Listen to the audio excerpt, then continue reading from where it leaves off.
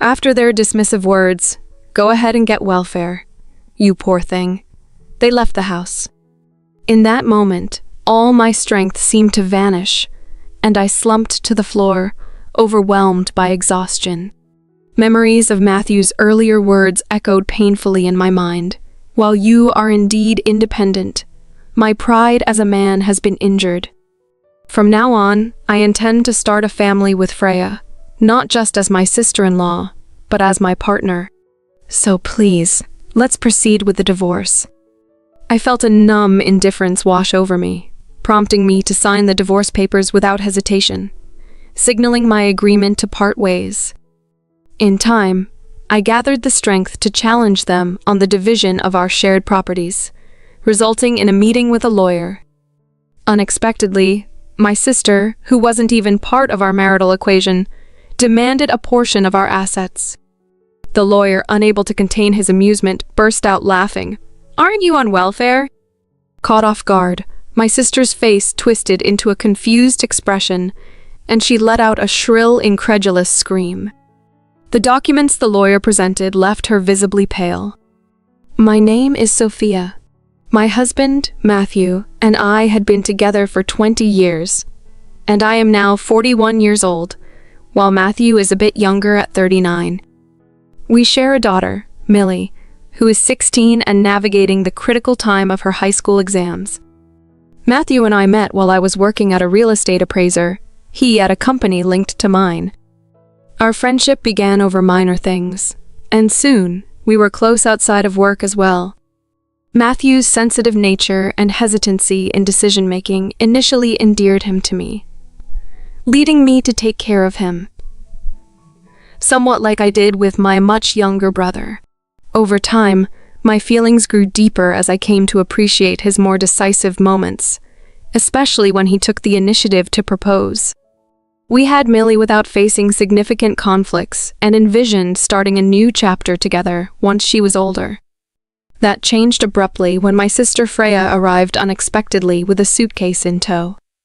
Unlike my brother, with whom I share a significant age gap and a good relationship, Freya and I have always been at odds. Our tumultuous relationship began in childhood, with her taking my things and escalated to her usurping my social circles, and even my first boyfriend during high school. My disdain for her was so intense that I chose a different university to escape her shadow, which did little to deter her meddling. Despite distancing myself, obtaining a real estate license, and moving to New York, my life remained intermittently disrupted by Freya's intrusions. Even my wedding to Matthew was a quiet affair, hidden from public knowledge to avoid my sister's interference. Yet, even in the sanctuary of my own home, she found a way to intrude. "Wow, Sophie, you live in such a nice house. Is it a single-family home? Did you buy it?" "Oh, there's a room available. I'll take this one," Freya announced, ignoring my protests and continuing to survey the house as if it were her own. Her timing was impeccably poor. It was a holiday. Millie was away at classes, and Matthew was at work. I pleaded with her to leave before their return, but she paid no heed, setting the stage for an awkward and unwelcome reunion later that day. "I'm Sophie's sister, Freya." Imagine my surprise when, during a visit to our parents' home, I stumbled upon wedding photos in Mom's room. I hadn't heard a peep about your marriage, which struck me as incredibly secretive. Even Matthew seemed perturbed when he met me, as if he recognized the sister Sophie had described. But I saw it Matthew was clearly charmed by my stunning sister, and Millie walked into a bewildering scene. Suddenly, they found themselves with an aunt they'd never met. As I explained my recent job loss and financial struggles, and broached the subject of moving in temporarily. Reluctantly, you agreed, even though Millie was approaching a crucial exam year. Within a week of moving in, the atmosphere shifted dramatically. I needed money, and without a job, I resorted to borrowing from your wallet without asking, a move that led to tension. I should have communicated better about my needs. Meanwhile, Matthew's work hours suspiciously aligned with my schedule, And though he claimed he was earning overtime, the numbers didn't add up. When I confronted him, he defensively insisted he was compensated separately for it. As days passed, my presence seemed to strain your household finances and patience. Our parents apologized for their oversight, which led me to discover your marriage. Despite my intentions, I admit my approach might have been too invasive. I began to wonder if my circumstances, my firing, were even perceived as genuine, or if you thought I quit my job to impose on your lives. That suspicion hurt, but I needed to clarify my situation. I had always worked part-time and wasn't eligible for unemployment benefits. Returning to our parents was not an option. I didn't want to burden them in their senior years. 4 months later, my worst behaviors seemed validated when I discovered Matthew and I in a compromising, seemingly romantic moment, which shattered any trust remaining. This complex web of secrecy, misunderstanding, and betrayal has led us to a critical juncture in our family dynamics.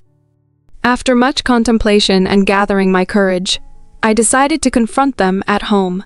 So, the overtime was a lie, huh? And you pretending to job hunt while actually hanging out with Matthew? I accused, my voice thick with betrayal. Even now, you can't resist taking something from me, can you? That's why I never told you about my marriage. Emotions surged as I confronted them, and to my dismay, they nonchalantly confirmed the affair and added more salt to my wounds. If I had known such a beautiful woman was your sister, I wouldn't have stayed away just because you asked, Matthew confessed. Then, shockingly, he declared his intention to leave me for my sister. I need to be true to my feelings. I want to build a life with Freya, he said, sliding divorce papers across the table, already filled out on his part. Fine, if that's how it is, don't expect any financial support from me ever again, I retorted. Freya laughed mockingly and scornfully suggested I seek welfare. Matthew, half smiling, cruelly remarked that it would be better for our daughter to stay with me since custody usually favors the mother. With those words, they left the house. Minutes later, Millie came home, puzzled by the silence. I told her the truth, and after the initial shock, she seemed to find some peace in accepting the situation. The divorce proceedings began, and in the presence of my lawyer, we discussed financial matters. Freya, shamelessly Freya, demanded a division of our assets. The lawyer couldn't help but laugh, pointing out the absurdity of her demands given our financial state. Surprised by this turn of events, Freya's confidence wavered, and she looked utterly bewildered when the lawyer revealed that there wasn't much to divide. Matthew, too, was taken aback to learn that we hardly had any significant assets. Anticipating this confrontation, I had taken decisive steps right after discovering the affair. Most of our savings had been transferred to Millie's account for her education, a move Matthew had unknowingly consented to, thinking it was a minor financial adjustment. Now, realizing his mistake and remembering the consent he had given, Matthew's frustration grew. You knew about the affair and moved the savings to Millie, anticipating a split?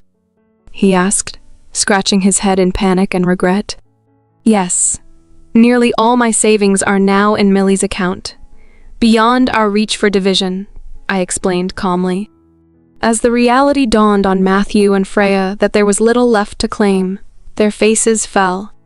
Freya, still trying to grasp the situation, lamented to Matthew about the lost promise of a lavish lifestyle they had envisioned together. Meanwhile, Matthew, overwhelmed by the realization that his minimal income and student loans left him with little, avoided Freya's accusatory gaze. In the end, the division of what was left, barely $203,000, was a far cry from the luxurious life Freya had imagined. Her dreams of easy wealth crumbling, she stared in disbelief, realizing too late that her schemes had backfired spectacularly. From the start of our marriage, Matthew had been open about his difficulty contributing to our daily living expenses. I agreed to manage these costs myself and asked him to save whatever he could for our future, especially as we grew older. For over a decade, I covered all our household expenses under the assumption that Matthew was diligently saving. I believed he would accumulate a significant amount, at least $2,000 annually, given the financial relief I provided. However, when I accidentally discovered his bank book left carelessly on the desk, I was shocked to see that his savings were less than $10,000. I had expected much more considering he was exempt from daily expenses.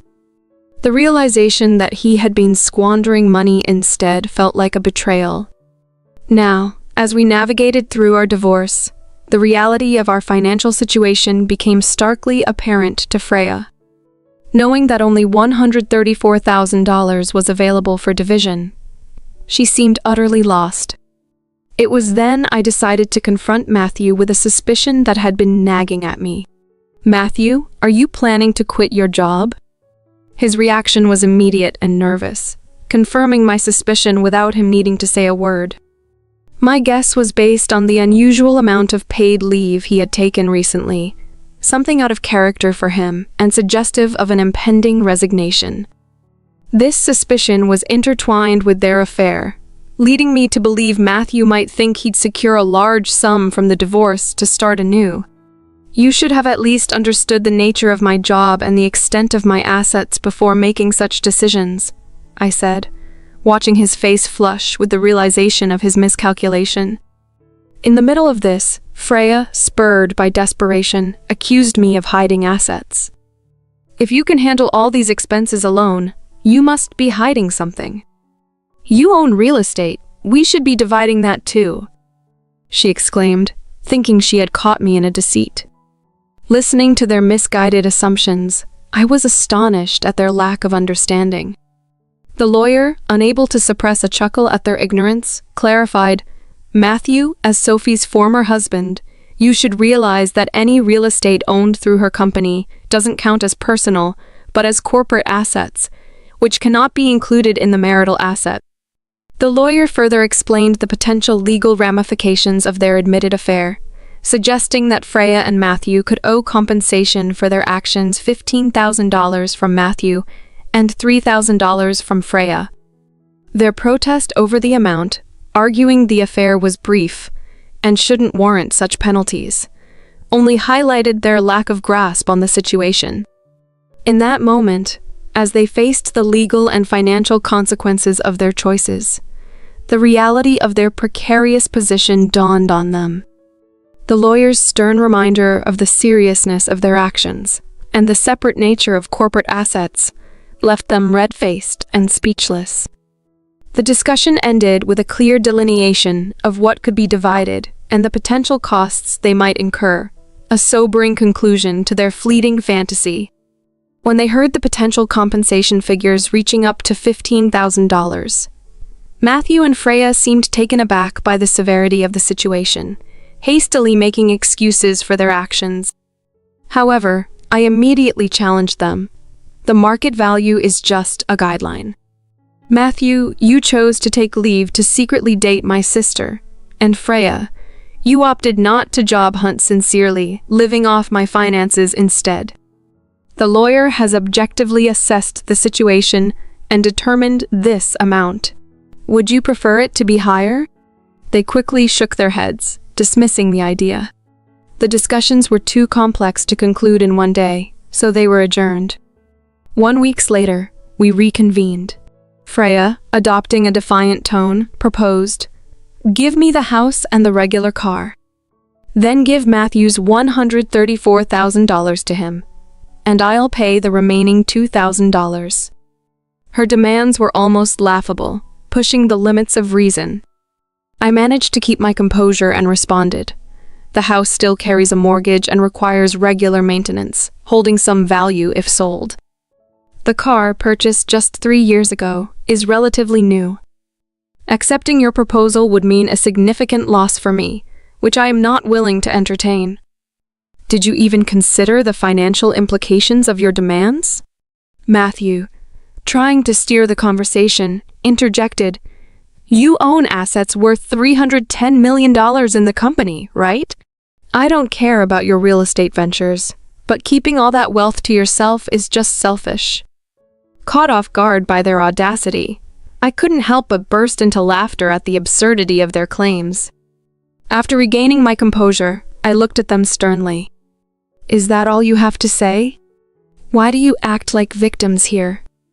I'd rather be cautious with my finances than give anything to a man who abandons his daughter for an affair, or to a sister who attempts to steal her sibling's husband. My priority is to secure as much as possible from Millie. I continued, dismantling their misunderstandings. Matthew, this house is under my name, purchased with a mortgage before our marriage. It's my separate property, and no matter how you twist it, it remains mine. The car, still new and in demand, will only be sold if you pay half its appraised value. That's how property division works. We own 2 cars the other. A used compact car probably won't fetch much. The lawyer mentioned houses and cars as generally subject to property division, not that they would necessarily be divided between us. We're only dividing the $203,000 from your secret savings and my savings. Plus the 2 cars, that's it. Frustrated by their lack of understanding, Matthew pleaded, "Can you just give us enough to start a new life?" His request sounded more like a superficial apology than a genuine plea for help. I remained steadfast. Given your actions and attitude, it seems you wouldn't even consider supporting Millie financially. Why should I be concerned about your living expenses? My firm stance left them no choice but to sign the necessary documents for the divorce and property division. Some time later, Freya called me repeatedly, complaining. Why did Matthew have so much debt? You were supposed to be handling the finances. These calls only confirmed the ongoing chaos in their lives, affirming that my decisions throughout this ordeal